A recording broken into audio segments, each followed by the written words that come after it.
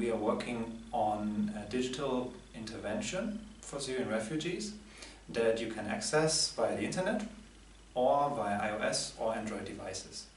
And this intervention is intended to be a very low threshold approach to providing basic care for Syrian refugees with elevated levels of distress. So what we have found is that the smartphone and smartphone apps are one of the most important things during the flight and also in the host countries for Syrian refugees. They are basically used for all the things of daily life, communicating with the family, communicating with friends, also communicating home. They are basically omnipresent in people's lives, and we also see that many Syrians own their own device or have at least one device shared within the family.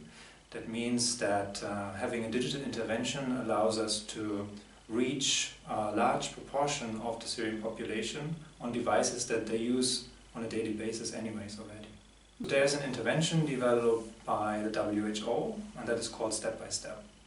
Step by Step is a basic program focusing on behavioral activation, stress management, social support, and also realizing warning signals and reacting to them. So a basic set of skills that is then being presented in the form of interactive exercises and illustrated narratives. And we are basically adapting that concept that already exists into a version that is optimized for mobile devices. You can imagine this app as kind of an interactive story.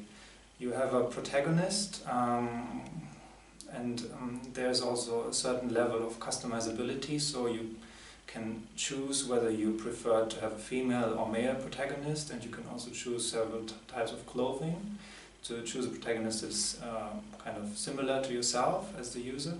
And then that protagonist describes to you how he or she used this intervention to deal with distress. And there's another narrator or protagonist that is a kind of a doctor character, and there's also a male and female version.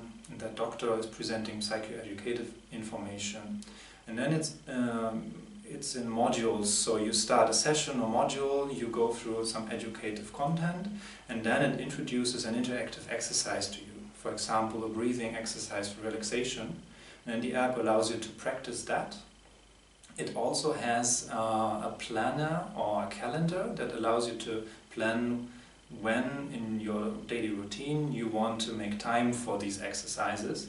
It allows you to check what exercises you have to complete it, so you can keep track of your progress. And all the content within the app will have audio functionality. That means even if you're illiterate, you can still use all of the content within the app. It will just be read to you. And then apart from that, there's another important component in our version of this intervention, and that's called contact on demand support. So you can decide as the user whether you want to have additional contact with an e-helper. And you can send messages in regard to your motivation to use the program, with questions that you have about the content, or even also with technical problems you have with the app. And then you will receive a response from a trained and supervised e-helper in Arabic, and they will then try to help you with the issue that you brought up in your message.